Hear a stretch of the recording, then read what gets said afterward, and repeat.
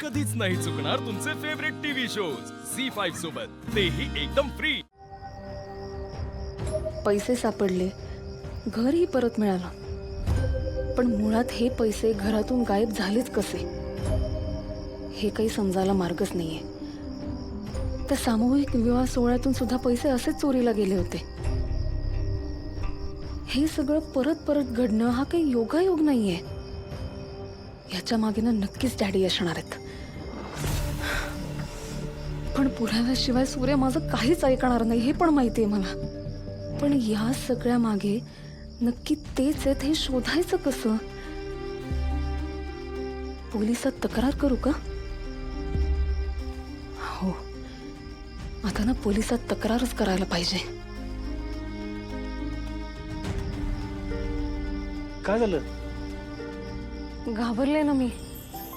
मला घाबरली? नवऱ्याला कधीपासून घाबरायला लागलीस? काय सूर्यकांतराव, आज तुमचं तुमच्या बायकोवर एवढं का प्रेम होतं चाललंय? नाही म्हणजे त्याच्या मागे काही कारण आहे का असंच आपलं? असंच कसं?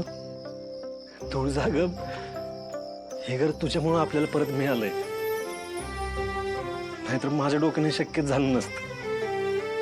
माझ्या हुशार बायकोवर प्रेम करायचं नाही तर मग काय करायचं? सूर्या, हे घर आपलं होतं आणि आपलंच राहणार आहे, आणि हे ना आपल्यापासून कधीच कोणीच हिरावून नाही घेऊ शकत। खरं तर मला ना वेगळीच गोष्ट सतावते। कसली? तुला हे सगळं विचित्र नाही का वाटत आहे? म्हणजे आपल्या घरातनं पैसे काय गायब होतात, चिठ्ठ्यांमधनं क्लूज काय मिळतात, आणि मग तेच पैसे परत आपल्याच घरी सापडतात। सूर्य, ह्या सगळ्यामध्ये ना नक्की काय नाही। तुझ्या डोक्याचं स्पीड कधी कमी होतं का नाही ग? किती विचार करत तू? तुला ना सतत काय ना काहीतरी शोधायचंच असतं। किती दिवसांनी निवांत वेळ मिळालाय आपल्याला, म्हणजे अशा वेळी त्यांना असला विचार नाही करायचा मला की कोणी केलं, का केलं, कशाला केलं।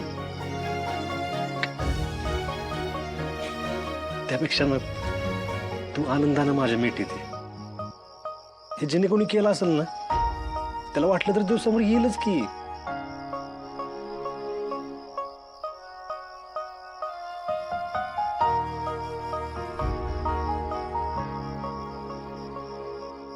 नाही सूर्या, त्या माणसाला स्वतःहून समोर यायचं असतं ना तर त्याने चिठ्ठ्या लिहिल्याच नसत्या। त्याला आपल्या समोर आणावं लागणार आहे, आणि आता हे काम मलाच करावं लागणार। जालिंदर निंबाळकर, आता पहिल्यांदा तुमच्यावर FIR होणार। झी5 ॲप डाउनलोड करा आणि पहा सर्व एपिसोड्स एकदम फ्री।